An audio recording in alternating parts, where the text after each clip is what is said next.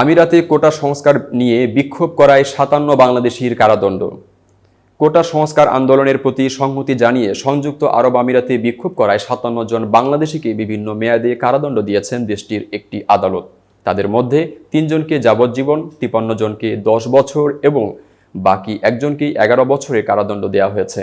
আমিরাতের রাষ্ট্রায়ত্ত সংবাদ সংস্থা আমিরাতি নিউজ এজেন্সি গত সোমবার এ তথ্য জানিয়ে বলেছে, কারাদণ্ডের মেয়াদ শেষে তাদের দেশে ফেরত পাঠানো হবে।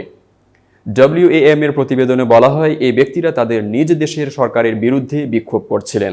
একজন প্রত্যক্ষদর্শী নিশ্চিত করেছেন যে বাংলাদেশ সরকারের নেওয়া সিদ্ধান্তের প্রতিবাদে তারা সংযুক্ত আরব আমিরাতের বেশ কয়েকটি সড়কে বড় ধরনের বিক্ষোভের আয়োজন করেছিলেন।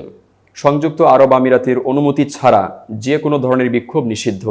বাংলাদেশে আন্দোলনের প্রতি সংহতি জানিয়ে গত শুক্রবার সংযুক্ত আরব আমিরাতে প্রবাসী বাংলাদেশিরা এই বিক্ষোভ করেন বলে খালিজ টাইমসের এক প্রতিবেদনে জানানো হয়েছে।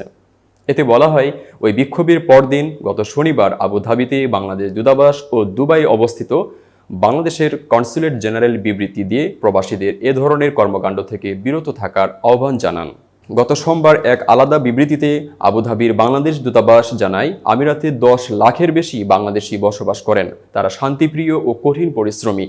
তাই যেসব মুষ্টিমেয় প্রবাসী বাংলাদেশি বেআইনি কাজ করেছেন তারা বাংলাদেশের প্রতিনিধিত্ব করেন না। প্রবাসী বাংলাদেশিরা আমিরাতকে নিজেদের দ্বিতীয় আবাস মনে করেন। তারা স্থানীয় আইন, বিধিবিধান, প্রথার প্রতি সম্পূর্ণ শ্রদ্ধাশীল। UAEর পররাষ্ট্র মন্ত্রণালয়ের তথ্য মতে আমিরাতে বিপুল সংখ্যক বিদেশি নাগরিক বসবাস করেন। পাকিস্তান ও ভারতের পর দেশটিতে সবচেয়ে বেশি প্রবাসী বাংলাদেশের। এতক্ষণ বার্তা বৈঠকের সাথে থাকার জন্য ধন্যবাদ। নতুন নতুন তথ্য ও সংবাদ পেতে বার্তা বৈঠকের ইউটিউব চ্যানেল ও ফেসবুক পেজের সাথেই থাকুন।